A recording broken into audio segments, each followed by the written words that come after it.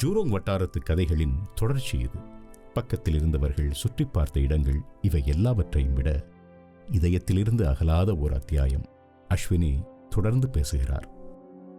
23ஆம் தேதி மே மாதம் 1990. நான் புன்லே உயர்நிலை பள்ளியில் செகண்டரி 2 படிச்சுட்ருக்கேன். நான் ஸ்கூல் முடிஞ்சு ஸ்கூல் பஸ்ஸில் இறங்கி கீழே உள்ள கடையில் இந்த ஐபாத்துவை வாங்கிட்டு, நாங்கள் இருக்கிறது வந்து 8வது மாடி. அப்போலாம் வந்துட்டு எவ்ரி லெவலில் லிஃப்ட் இருக்காது. ஸோ 6வது மாடியில் இறங்கி 8வது மாடிக்கு படி ஏறி வந்துட்டுருக்கேன் கையில் ஐபாத்து வச்சுக்கிட்டு. அம்மாவும் என் தங்கச்சி சாந்தியும் கீழே, அம்மா அவளை கூட்டிகிட்டு பரபரப்பாக எங்கேயோ போகிறாங்க. ஒரு பதட்டமாகவே இருந்தது. நான் அப்படி மேலே வரேன், அவங்க என்ன அந்த இன்டர்செக்ஷனில் 7th ஃப்ளோரில் மீட் பண்ணுறாங்க. எங்கேம்மா போகிறீங்க அப்படின்னா, என் அம்மா இஸ் சப்போஸ் டு பி ஸ்லீப்பிங்கில் நைட் ஷிஃப்ட் போகிறதுக்கு. எங்கள் அப்பாவுக்கு வந்து விபத்து ஆகிடுச்சு, அப்பாவுக்கு ஆக்சிடென்ட் ஆகிடுச்சு. நான் வந்து கம்பெனியில் கூட்டிகிட்டு போக வராங்க. அப்பா அட்மிட் ஆனோன்னே நான் சொல்கிறேன், நீங்கள் வந்துட்டு நீ அக்காவோட வா அப்படின்னாங்க. நான் வீட்டுக்கு ஏறி போகிறேன். ஒரு ரெஸ்ட்லெஸ்ஸான ஒரு ஃபீலிங். அப்போல்லாம் வந்துட்டு ஹெட்ஃபோன் இல்லை, பேஜ் எல்லாம் ஒன்றும் இல்லை. அம்மா வீட்டுக்கு அடித்தாதான் ஆச்சு என்ன சம்பவம் அப்படின்னு தெரியறதுக்கு. அம்மா அங்கே போன இடத்துல வந்துட்டு அம்மாவை கேட்டிருக்காங்க, ஒரு குழந்தை தானா, அப்பாவோட பேர் குருசாமி, குருக்கு ஒரு குழந்தை தானே. அம்மா சொல்லி இல்லை, மூணு பொண்ணுங்க, ஆனால் அவங்க வந்துட்டு அவர் அட்மிட் ஆனோன்னு வரட்டும் அப்படின்ட்டு. அப்பா அவங்க சொல்லியிருக்காங்க, நீங்கள் நினைக்கிற மாதிரியாக இருக்காதுன்னு நினைக்கிறேன், நீங்கள் எதுக்கும் வந்துட்டு மற்ற 2 குழந்தையும் வர வைக்கிறதுக்கான வழியை பாருங்கள் அப்படின்ட்டு. அம்மா சொன்னது எனக்கு இன்னும் ஞாபகம் இருக்குது. அப்போ வந்து பப்ளிக் ஃபோன் 10 சென்ட் போட்டு அடிக்கணும் NUHல. அந்த 10 சென்ட் போட்டு அம்மாவுக்கு எந்த நம்பருமே ஞாபகம் இல்லை அந்த நேரத்தில். She went totally blank. So வீட்டுக்கு ஃபோன் வருது. ஒரு 7:30 மணிக்கு 7:40க்கு ஃபோன் வருது. அம்மா சொல்கிறாங்க, that's once again the compound spirit. Rathnam uncle, அவர் வந்துட்டு எங்களுடைய ஆப்போசிட் பிளாக்கு கீழே 2வது மாடியில் இருக்கிறாரு, பாயிண்ட் பிளாக் கீழே. ரத்னம் அங்கிள் ஆண்டி இருப்பாங்க, அவங்கள கூட்டிகிட்டு போனோன்னே அம்மா எல்லாம் வந்துட்டு வெயிட் பண்ணிகிட்ருக்காங்க. எங்கள் இன்னொரு சொந்தக்காரவங்க அவங்க பொண்ணுக்கு வந்து பத்திரிக்கை வச்சிட்ருக்காங்க வெளியில். அது எல்லாத்தையுமே போட்டுட்டு எல்லாருமே வந்து அந்த ஹாஸ்பிட்டலில் உட்காந்துருந்தப்போ ஒரு 8:40 கிட்ட அப்பாவுடைய உடைமைகள் எல்லாத்தையும் வந்து ஒரு மஞ்சள் கலர் பையில் கொடுத்தாங்க. அது எல்லாமே வந்து ரத்தமாக இருந்தது.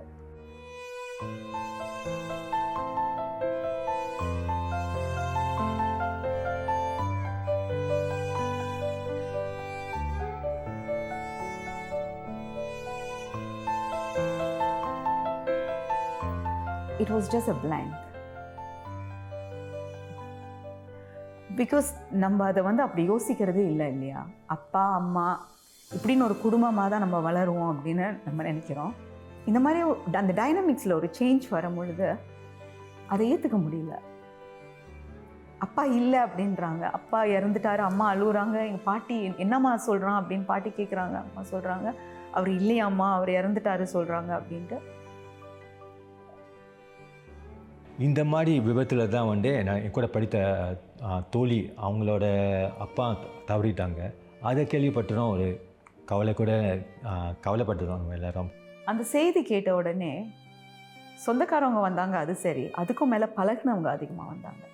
எங்கள் வீடு அன்றைக்கி ராத்திரி 11 மணிக்கு அவ்வளோ கூட்டமாக இருந்தது. பாதிக்கு பாதி நண்பர்கள், பக்கத்தில் இருக்கிறவங்க, மேமாடிக்காரவங்க, கீமாடிக்காரவங்க, புன்லியில் இருந்தவங்க, இவங்க அவங்ககிட்ட எல்லாரும் வந்தாங்க. அதோடு சேர்த்து சொந்தக்காரவங்க. எங்களை தனியாகவே விடலை. அது எங்களை சூழ்ந்துக்கிட்டாங்க. அப்படி பக்கத்து வீட்டில் தான் குமரன் அண்ணன், செல்லமட்டி அப்படிங்கிறலாம் அவங்க வீட்டில் தான் வந்துட்டு விறுவிறுன்னு எங்களுக்கு சாப்பாடு ப்ரிப்பேர் பண்ணி அந்த 3 நாள், அடுத்த நாள் எல்லாமே வந்துட்டு உறவினர்கள். அதுக்கும் அவங்களுக்கு ஈடாக நாங்கள் பழகியவர்கள், இந்த தாமான் ஜூரோங், புன்லி, ஜூரோங் வயசில் பழகியவர்கள் அதிகமாக இருந்தாங்க. அவங்களும் வந்து எங்கள் அப்பா வந்து அண்ணன், அப்புறம் மாமா அப்படின்னு முறை சொல்லி தான் கூப்பிடுறது. ஆக்சுவலி அவங்க நமக்கு முறை இல்லை, ஆனால் அப்படி தான் இருந்தது. அது அந்த காலகட்டம் அப்படி தான். இன்னும் அந்த நட்பு அப்படியே தான் இருக்குது. இது வந்து என்னை பொறுத்த வரைக்கும் ஒரு பெரிய விஷயம். இப்போ உள்ள குழந்தைங்களுக்கு வந்து நம்ம கம்பவுண்ட் ஸ்பிரிட் பற்றி சொல்லி கொடுக்குறோம், ஆனால் அப்போது வந்து அது நேச்சுரலாகவே இருந்தது.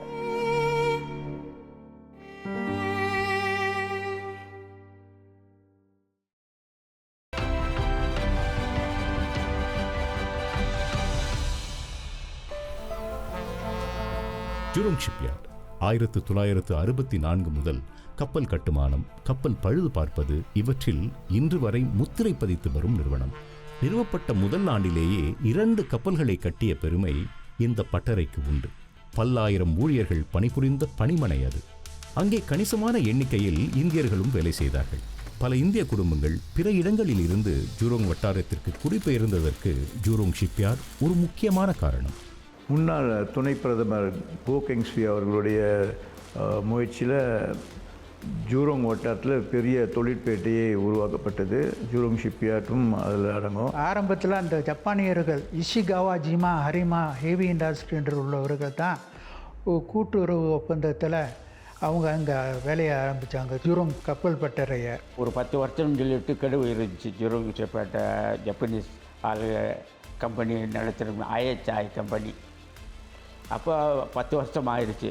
ஆனதோட நம்ம சிங்கப்பூர் அரசாங்க நிர்வாகத்தை உருவாக்குனாங்க 1968. 70 வரைக்கும் அங்கே வேலை செய்த பெரும்பாலானவர்கள் தமிழர்கள்.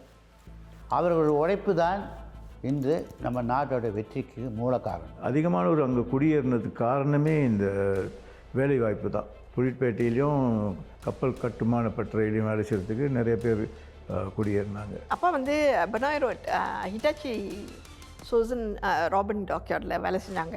அப்பா அந்த தமிழில் ஜூரோங் ஷிப்யார்ட் சொல்லிட்டு அங்கே தான் வேலை செஞ்சாங்க. நான் ட்ரை டாக்கில் வேலை செஞ்சேன்.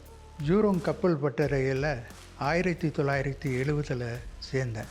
இரும்பு பத்திரி வைக்கிற வேலைக்காக வேண்டி அங்கே தேர்வு பண்ணி அங்கே அனுப்பி வச்சாங்க. அப்பாவோட வேலை ரொம்ப கஷ்டமான வேலை. சில சமயம் வேலைக்கு போனாலும் 2-3 நாள் கழிச்சு தான் வீட்டுக்கு வருவார். சில ஷிப்யார்டு கொஞ்சம் கெட்டிக்காரனாக தெரிஞ்சதுன்னா அவனுக்கு முதல்ல 3 மாதத்துக்கு சம்பளம் கொடுத்து ட்ரெயின் பண்ணி வெல்டர் வேலை கற்றுக் கொடுப்பாங்க. அவன் கற்று G6 வெல்டராக வந்தானா நல்ல சேலரி. G6 அவ்வளோ சின்னாங்கான வெல்டிங் இல்லை. அது பைப்பில் வெல்ட் பண்ணணும், படுத்துக்கிட்டு உள்ளே போய் சுற்றி வேலை செய்யணும், அதுவும் ராத்திரிலையும் வேலை செய்யணும். அது மாதிரி ரொம்ப பேர் வெல்டிங்கில் போனாங்க, பெண்டிங்லேயும் போனாங்க. பெண்டிங் முக்கால்வாசி கப்பலுக்குள்ள இரும்பை வளைக்கிறது கொள்வது இதெல்லாம் இருந்துச்சு.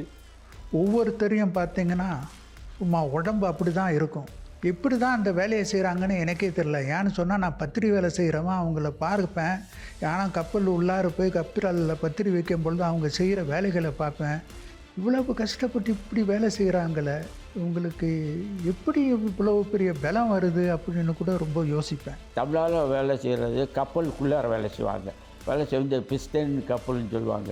பிஸ்டன்னு பம்ப் பேரிங் எல்லாம் சொல்லுவாங்க. அந்த இதை ரிப்பேர் பண்ணுறாங்க. மோஸ்ட்லி இன்ஜின் ரூமில் தமிழர்கள் நிறைய வேலை பார்ப்பாங்க. சில சம்பவங்கள் ஒரு நாட்டையே அதிர்ச்சிக்குள் தள்ளிவிடும். அப்படி ஒரு சம்பவம் ஸ்பைரோஸ் தீ விபத்து.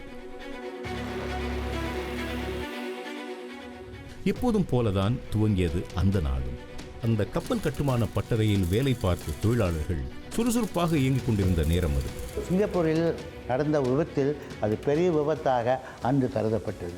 அப்போது நான் என் நண்பர்கள்லாம் உட்காந்து ட்ரைடாக் நம்பர் 1 ட்ரைடாக்னு சொல்லுவாங்க. முன்னாடி உட்காந்து நின்று பேசிக்கிட்டு இருக்கும்போது, வேலையை பற்றி மற்ற இதில் பேசிகிட்டு இருக்கும்போது திடீர்னு ஒரு சத்தம் கேட்டுச்சு.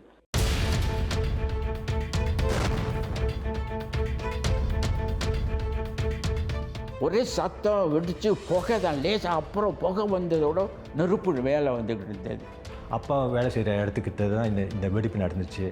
அந்த கப்பலை பழுது பார்க்க கொண்டுட்டு வந்தவங்க முறையானபடி டபுள் பாட்டம் டேங்க்னு அழைக்கப்படக்கூடிய அந்த இடத்துல சுத்தம் செய்யாத இருந்துட்டாங்க. அந்த எண்ணெய் எரிக்கப்படாத எண்ணெய். யாரும் இதை கவனிக்கலை. மேலே தொழிலாளிகள் பத்திரி வச்சுக்கிட்டு இருக்கும் பொழுது அந்த பத்திரியிலேருந்து உழுவக்கூடிய அந்த நெருப்புகள் போய் அந்த எண்ணெயில் விழுந்தது. அந்த எண்ணெய் மேலே உழுவ அந்த எண்ணெய் கரைய ஆரம்பிச்சிது. அந்த எண்ணெய் கரைஞ்ச பிறப்பு கேஸ் உருவானது. அந்த கேஸ் உருவாக அடுத்தடுத்து உங்கள் நெருப்பு போய் உழுவ வெடிச்சிடுச்சு. வெடித்ததோட அந்த குரு ஆயில்னு சொல்ல சூடாகி வெடித்து உள்ள நெருப்பு ஆனதோட யாரும் அங்கே உள்ள வேலை செய்ய தப்பிக்க முடியல. தப்பிச்சு ஓடி வராங்களே, தவறி உழுவுறதுல தான் நெருப்பில் எரிஞ்சு போகிறது. நெருப்பில் எரிஞ்சவங்களெல்லாம் கால் கையெல்லாம் அப்படியே மடங்கி சுருங்கி போய் கிடந்தது.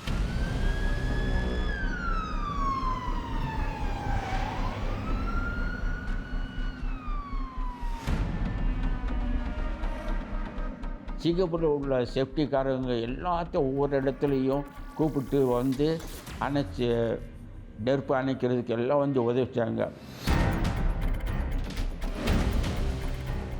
அப்போ தகப்பனை உண்டி இழந்ததில்லை, ஒரு சில தாய்மார்களையும் இழந்திருக்காங்க. ஏன் அப்படின்னு சொன்னால் அங்கே சுத்தம் செய்யக்கூடியவங்களும் இருந்தாங்க. அந்த சுத்தம் செய்யக்கூடியவங்களில் பெரும்பாலும் பெண்கள் இருந்தாங்க. அந்த பிரேதங்களை எடுக்க ரொம்ப சங்கடமாக போச்சு. ஒன்றும் செய்ய முடியாது. ஒவ்வொருத்தவங்களாம் சில பேர் துணிஞ்சலாக சேஃப்டிக்காரங்க தோளில் தூக்கி இறங்கி கவரை கட்டி கூட எடுத்திருக்காங்க. ஒரு சிலர் துடிக்கிட்டு இருந்தாங்க, தொட்டு பார்க்க முடியல, அப்படி வெந்து போச்சு. எனக்கு கூட படித்த மாணவி, அவங்களோட அப்பா இந்த விபத்தில் தான் தவறிட்டார். கோழி செத்து கிடக்கும் அந்த ஒவ்வொரு இடத்துலையும் அப்படி நெருக்கமாக 72 பேர் கிடந்தாங்க. அந்த விபத்தில் கூட என்னோட தம்பியும் இறந்துட்டார். எங்கள் சொந்தக்கார பையனும் கொஞ்சம் அடி தான் இருந்தாலும் அவர் தப்பிச்சிட்டார். ஆனால் எங்கள் சொந்த தம்பி இறந்து போயிட்டார். அப்புறம் போய் இவர் பார்க்கும்போது நான் பார்த்து அடையாளம் கண்டு என் தம்பியை தூக்கிட்டு வந்து வெளியே ஒன்றும் செய்ய முடியாது. எல்லா சிங்கப்பூரில் உள்ள மருத்துவம் எல்லாருக்கும் டெலிஃபோன் அடித்து ஆம்புலன்ஸில் வரைச்சி பத்தாமல் ஹெலிகாப்டரும் வந்து எல்லா பிரேதங்களும் கொண்டு போய் எல்லாம் செஞ்சாங்க. ஆனால் பார்க்க முடியும், யாரையும் காப்பாற்ற முடியல, எல்லாம் இறந்தோம்.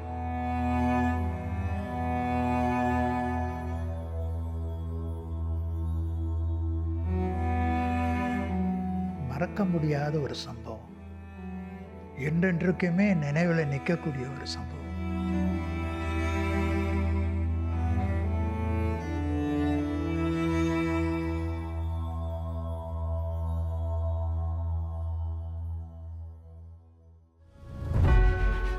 இன்று சிங்கப்பூர் உலக அளவில் ஒரு நிதி மையம், உலகமே திரும்பி பார்க்கும் ஒரு பொருளாதார அதிசயம். ஆனால் 1960களில் நிலைமை அவ்வாறில்லை. நாம் வளரும் நாடுகளில் வரிசையில் நின்றோம். நம் உற்பத்தி துறை பொருளாதாரத்தில் மிக முக்கியமான ஒரு துறையாக இருந்த காலம் அது. ஜூரோங் வட்டாரத்திற்கு பல இந்திய குடும்பங்கள் குடிபெயர்ந்து வர தொழிற்சாலைகளும் முக்கியமான காரணமாக அமைந்தன. குறிப்பாக வீட்டில் இருந்து வீட்டு வேலைகளையும் பிள்ளைகளையும் பார்த்து கொண்டிருந்த குடும்ப தலைவிகள் இந்த தொழிற்சாலைகளுக்கு சென்று வேலை செய்ய ஆரம்பித்த காலகட்டம் அது. முதலாக அங்கே கட்டப்பட்ட ஃபேக்ட்ரி 1965 முதல் ஃபேக்ட்ரி பிரிஸ்டோல். ஆயில் ஃபேக்ட்ரி இருக்குது, பேனாசோனிக் ஃபேக்ட்ரி இருக்குது, பேப்பர் பாக்ஸ் கம்பெனி ஃபேக்ட்ரி இருக்குது. மேனுஃபேக்சரிங் கம்பெனிஸ் லைக் இந்த ஹிட்டாச்சி, எவரேடி அந்த வட்டாரத்தில் இருந்துச்சு. அந்த பிரிஸ்டோல் கட்டி அதில் பல பேரும் தமிழர்கள் வேலை பார்த்தாங்க. ஏன்னா அது டயர் கம்பெனி, சூடு ரொம்ப அதிகம், நீண்ட நேரம் வேலை செய்யணும். அதனால் மற்ற இனத்தவர்கள் அது அதிகம் விரும்பலை. எஸ்பெஷலி பிக் மேனுஃபேக்சரிங் கம்பெனிஸ் தங்குறதுக்கு குவார்ட்டர்ஸ் கொடுத்தாங்க. அப்படி தான் நிறைய பேர் ஆரம்பித்தாங்க அங்கே தமஞ்சிரோங்கில் ஸ்டே பண்ணுறது. மலேசியிலேருந்து வரக்கூடியவர்களுக்கு தனியாக ஒரு இடம் இருக்குது. தாமாஞ்சிரோங்கில் குடியிருந்தாங்க, தேபானில் குடியிருந்தாங்க வாடகைக்கு, புன்லேயில் இருந்தாங்க, பாண்டானில் இருந்தாங்க. இந்த இடையெல்லாம் இந்த கிட்ட இருக்கிறதுனால அவங்களெல்லாம் அங்கே குடியிருக்க வச்சாங்க. அப்போ அந்த காலகட்டத்தில் ஜூரோங்கில் ஜேடிசின்னு அழைக்கப்படக்கூடிய ஒரு அமைப்பு இருந்தது. அவங்க தான் அந்த பொறுப்பு எடுத்து வெளியே மலேசியாவிலேருந்து வந்தாங்கன்னா அவங்களுக்கெல்லாம் தங்குறதுக்கு இடம் வேணும், சிங்கப்பூரில் தூரத்தில் இருக்கவங்களாம் வாங்குறதுக்கு வாடகை வீடு வேணும்னு கட்டி கொடுத்தது தாமாஞ்சிரோங்களையும் தேபான்லேயும் ஆரம்பித்து வச்சது ஜேடிசின்னு அழைக்கப்படக்கூடியது தான். புன்லேயில் குடியிருக்கிறவங்க தம்மஞ்சோருங்க போக ஈஸியாக இருக்கும். ஏன்னா அங்கே ஒரு பஸ்ஸு வரும் அவங்களுக்கு, அந்த பஸ்ஸில் ஏறி அவங்க தம்மஞ்சோருங்க போயிடுவாங்க வேலைக்கு. தமாஞ்சோருக்கும் ஜூரோங் ஐலண்டுக்கும் அவ்வளோ தூரம் கிடையாது. இதனால் ஒரு 3 கிலோமீட்டர் இருக்கும். பைஸ்கலில் போயிடுவேன். வரும்போது அதே மாதிரி புழு ஆயிச்சாவனில் வெளியே வச்சுட்டு போட்டில் தான் போகணும். அன்றைக்கு நேராக உள்ளே போக முடியாது, பாலத்தை தாண்டி போகிறதுனால போட்டில் தான் நாங்கள் போகணும். போட்டில் போயிட்டு வேலை முடிஞ்ச கையோட திருப்பி போட்டில் நான் பைஸ்கிள் எடுத்துகிட்டு தமாஞ்சோருக்கு வந்துடுவேன். முக்கால்வாசி பெண்கள் எல்லாம் தமிழை பிள்ளைங்க ஒரு பஸ் நிறையா போகும். ஷிஃப்ட்டு மாதிரி காலை ஷிஃப்ட்டு அது 6:45க்கு போவாங்க. அப்புறம் மத்தியானம் ஷிஃப்ட்டு 2 மணி 2:40க்குள்ளார பஸ் வந்துடும். அப்புறம் நைட் ஷிஃப்ட் ஒன்று இருக்குது 10:40க்குள்ளார. ஏன்னா அந்த 10:40க்கு தான் நிறையா நாங்கள் வந்து பாய்ஸு அப்பா அம்மாருங்கெல்லாம் போய் கீழே நிற்போம். ஏன்னு கேட்டாக்கா அந்த இடம் கொஞ்சம் இருட்டு. ஜூரோங் கிச்சியிலிருந்து ப்ரைவேட் காடி ஓடும். அதாவது அரசாங்க வாகனங்கள் கிடைப்பது மிக கஷ்டம். டாக்ஸி என்று சொல்கிறதுக்கே இல்லை, யாரும் வரமாட்டான்.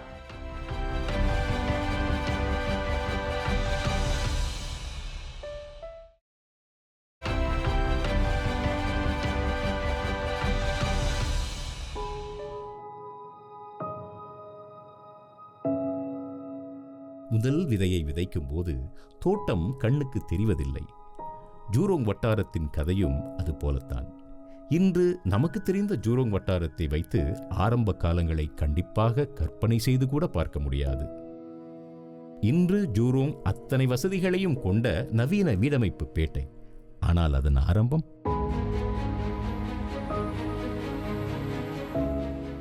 அந்த இடம் அடையாளமே மாறி போயிடுச்சு. இவ்வளோ வளர்ச்சி அடைஞ்சது 10 வருஷத்துக்கு அது பாட்டுக்கு மாறிக்கிட்டே இருக்குது. இப்போ நான் வீட்டு கதவை திறந்தேன்னா எனக்கு தெரியறது எல்லாமே பிளாக் தான், பசுமை ஒன்றுமே இல்லை. அப்போ வந்து வீட்டை திறந்து பார்த்திங்கன்னா ஒன்றுமே இருக்காது, எல்லாமே காலியாக இருக்கும். அது அந்த வியூ வந்து வெரி கிளியர். அந்த காலத்தில் ஹைரைஸ் பில்டிங்கை பார்க்கவே முடியாது. இங்கேருந்து பார்த்தா யாராச்சும் பேசிகிட்டு இருப்பாங்க, அப்படியே கையை கட்டிட்டு அப்படியே அவங்களாம் ஒரு சந்தோஷமாக இருக்கும். ஏன்னா ஒரு குரூப் ஆஃப் பசங்க ஓடுறாங்க. இப்போலாம் வளர்ச்சி வந்து 80ஸ்லேருந்து 2000க்குள்ளேயே அது ரொம்ப வளர்ந்துருச்சு. ஸ்கூல் ஆஃப் மிலிட்ரி மெடிசன் அங்கே இருந்துச்சு. இதெல்லாம் கொஞ்சம் கொஞ்சமாக மாற ஆரம்பிச்சிருச்சு. மன வருத்தமாக தான் இருக்குது. ஆனால் புதுமையை பார்க்கும்போது ரொம்ப சந்தோஷமாக இருக்குது. புன்னை தொகுதியில் வந்து மற்ற இடத்தையும் கொஞ்சம் சேர்த்துருக்காங்க. ஜூரோங் வெஸ்ட் எக்ஸ்டென்ஷன் அந்த வட்டாரத்துலேருந்து கொஞ்சம் சேர்த்துருக்காங்க. அப்புறம் ஜூரோங் வெஸ்ட்லேருந்து கொஞ்சம் ஒரு பகுதியை சேர்த்துருக்காங்க. இப்போ இதெல்லாம் சேர்த்து பார்க்கும்போது புன்னை இப்போ கொஞ்சம் பெரிய தொகுதி ஆகிட்டு. வாழ்க்கை முன்னோக்கி செல்ல செல்ல ஞாபகங்களும் நினைவுகளும் நம்மை மறுபடியும் வாழ்ந்த இடங்களுக்கு, நட்போடு சுற்றத்தோடு செலவழித்த அந்த காலங்களுக்கு அழைத்துச் சென்று கொண்டுதான் இருக்கும் என்று தோன்றுகிறது. விட்டு வந்து சற்று தூரத்தில் நின்று திரும்பி பார்க்கும் பொழுது அந்த நாட்கள் மறுபடியும் வராதா, சில தருணங்களை மறுபடியும் வாழ்ந்து பார்க்க மாட்டோமா என்ற எண்ணம் மேலோங்கி நிற்கிறது. பல ஆண்டுகளாக அந்த வீட்டில், அதாவது ஆங்கிலத்தில் ஃப்ரீயாக வாழ்ந்துவிட்டு பிறகு ஹவுசிங் போர்டு வீட்டுக்கு போவது அவங்க விரும்பவில்லை. காரணம், அவர்களுடைய ஆடுகள் மாடுகள் மற்ற அனைத்தும் அவர்கள் தோட்டங்கள் ரொம்ப மிஸ் பண்ணுறேன். இப்போ தான் சொல்லலான்னு நினச்சேன். கடவுள் என்கிட்ட சொன்னாங்கன்னா டைம் ரிவைண்ட் பண்ணேன்னு நான் சொல்லிடுவேன். நான் 78க்கு திரும்ப போக போகிறேன். எனக்கு திருப்பியும் அந்த வாய்ப்பு கிடச்சிச்சின்னா என்னோடய தங்கச்சை, என் இறந்து போன தங்கச்சை நான் திருப்பியும் பார்க்கணுன்னு ஆசைப்பட்றேன். அப்போ வந்து அவங்க சம் இஷ்யூஸ்லாம், ஸோ அதனால் வந்து மேலேருந்து கீழே விழுகிற இதாகிட்டு, ஸோ அதை வந்து நான் திருப்பியும் ரிவைண்ட் பண்ணோன்னு நினச்சேன்னா I would want to rewind it. இப்போ கூட நான் வந்து தமஞ்சூரோங்லேருந்து ரொம்ப தூரம் போகல, தூகுவான் ரோட்டில் தான் இருக்கேன். ஒரு 10 minute டிரைவ் தான். அண்ட் அடிக்கடி அங்கே போவேன், அங்கே பார்ப்பேன். ஏன்னா நான் ஓடினது விளையாண்ட இடம். ஆக்சுவலாக அந்த மெமரிஸ்லாம் உண்மையாக ஸ்வீட். இப்போ நீங்கள் இந்த நிகழ்ச்சிக்காக நான் அந்த ஃபோட்டோஸ்லாம் தேடுறப்ப அந்த மெமரிஸ் எல்லாம் எனக்கு திருப்பியும் வந்துச்சு. நான் வந்து ஒன்று யோசிச்சு பார்த்தேன், ஓ இது இப்படி நடந்திருக்கு, அது அப்படி நடந்திருக்கு. இப்போல்லாம் வந்து அதெல்லாம் ஒன்றுமே இல்லையே. லைக் நம்மளாம் வந்து தனித்தனியாக இருக்கோம், யார் வீட்டுக்கும் போகிறதில்ல. முன்னெல்லாம் வந்து அடிக்கடி போவோம். லைக் இன்றைக்கி போனால் நாளைக்கு 2 நாள் கழிச்சு அவங்க வீட்டில் திரும்பி போயிட்டு இருப்போம். யார் மக வீடாக இருந்தாலும் சரி, மகன் வீடாக இருந்தாலும் சரி, அவங்கக்கிட்ட அப்பாயின்மெண்ட் கேட்டு தான் நம்ம போகணும் இப்போ உள்ள காலகட்டத்தில். ஆனால் எங்கள் டைமில் அப்படி இல்லை. எங்கள் அம்மா நினச்ச நேரம் வருவாங்க, தாத்தா பாட்டி நினச்ச நேரம் வருவாங்க, சொந்தக்காரங்க நினச்ச நேரம் வருவாங்க. அந்த காலகட்டத்தில் கிடைச்ச அந்த அன்பு, பாசம், மற்ற நட்பு, இதெல்லாம் வந்து இந்த காலகட்டத்தில் அவ்வளோ அதிகமாக கிடைக்கல. அந்த உறவுகள்லாம் வந்து கொஞ்சம் விலகி போன மாதிரி. லைக் அந்த நம்ம பேசுகிறோம், ஆனால் ஒரு ஃபங்க்ஷனில் தான் அவங்களெல்லாம் நம்ம பார்க்குறோம். ஒரு ஃபங்க்ஷனில் தான் நம்ம அவங்களெல்லாம் மீட் பண்ண முடியுது. எங்கள் காலகட்டத்தில் எவ்வளோ பிறந்த நாள் கொண்டாடி இருப்போம், எவ்வளோ விசேஷம் கொண்டாடி இருப்போம், எவ்வளோ சந்தோஷமாக இருப்போம். நாங்கள் அப்படியே கூடுவோம் சார், எல்லாரும் அவ்வளோ பேர் இருப்போம். நாங்கள் பணம் பெருசாக இருக்காது எங்களுக்கு குணம் தான் சார். நல்லது தான் செய்யணும் சார், நல்லது செய்யணும். மனசார சொல்கிறேன் சார். எனக்கு வயசு 64. என் பிள்ளைங்க இதெல்லாம் பார்க்கணும், என் பேர பிள்ளைங்க பார்க்கணும், எல்லாரும் பார்க்கணும் சார். நான் என்ன மிஸ் பண்ணுறேன்னு ரொம்ப மிஸ் பண்ணுறேன். நான் வாழ்ந்த வாழ்க்கையை ரொம்ப மிஸ் பண்ணுறேன். டெஃபினெட்லி மிஸ் பண்ணுறேன். எஸ்பெஷலி இந்த மலி நெய்பர்ஸ். சாப்பாடு ஏதாக இருந்தாலும், விமலா உனக்கு இன்றைக்கி உன்னோட ஃபேவரட் ஆக்கி வச்சுருக்கேன், வந்து சாப்பிட்டுட்டு போ, அந்த மாதிரி சொல்கிறதுக்கு வந்து என் நெய்பர்ஸ் இல்லை. அந்த மாதிரி அதை பற்றி நினைக்கல. சம்டைம் கொஞ்சம் இமோஷனலாக இருக்கும். ஏன்னா அந்த டைமில் எப்படிலாம் இருந்தோம், இப்போ வந்து ரொம்ப மாறி போச்சு. ஏன்னா அந்த டைம்லலாம் எந்த கவலையும் கிடையாது. ஏன்னா என் சுற்றி பார்க்குற எல்லாரையும் நமக்கு தெரியும், எல்லாரும் அக்னாலேஜ் பண்ணுவாங்க. அந்த டைம் வரவே வராது திரும்ப. அதுதான் நான் ரொம்ப மிஸ் பண்ணுறேன். அந்த டைமு அப்பா அம்மா தாத்தா பாட்டி அண்ணன் தம்பி சொந்தக்காரங்க ஃப்ரெண்ட்ஸு மலாயாக இருந்தாலும் சரி, சின்னதாக இருந்தாலும் சரி, தமிழராக இருந்தாலும் சரி, பஞ்சாபியாக இருந்தாலும் சரி, இல்லை வெள்ளைக்காரனாக இருந்தாலும் சரி, நம்மளுக்கு அவ்வளோ ஃப்ரெண்ட்ஸ் இருந்துச்சு அந்த காலகட்டத்தில். ஜூரோங் ரொம்ப மிஸ் பண்ணுறேன், ரொம்ப மிஸ் பண்ணுறேன் நான். வயசாக இந்த மெமரிஸ் தான் நம்ம வாழ்க்கை பயணத்துக்கு துணையாக இருக்கும். ஏன்னா அது ஒண்டி தான் நம்ம கூட இருக்க போகுது கடைசி காலம் வரைக்கும். ஒரு 60 ஆண்டுகளில் எத்தனை மாற்றங்கள்! இந்த இடமா? இங்கே வாழ்ந்த மக்கள் தானா? இவர்களிடம் இத்தனை கதைகளா? எவ்வளவு தகவல்கள்! புன்னகையை, கண்ணீரை, ஏக்க பெருமூச்சை வரவழைக்கும் எத்தனை கதைகள்! இவை வெறும் கதைகள் அல்ல, ஒரு தலைமுறைக்கு இன்னொரு தலைமுறை பத்திரப்படுத்தி போகும் ஆவணப்பதிவுகள்.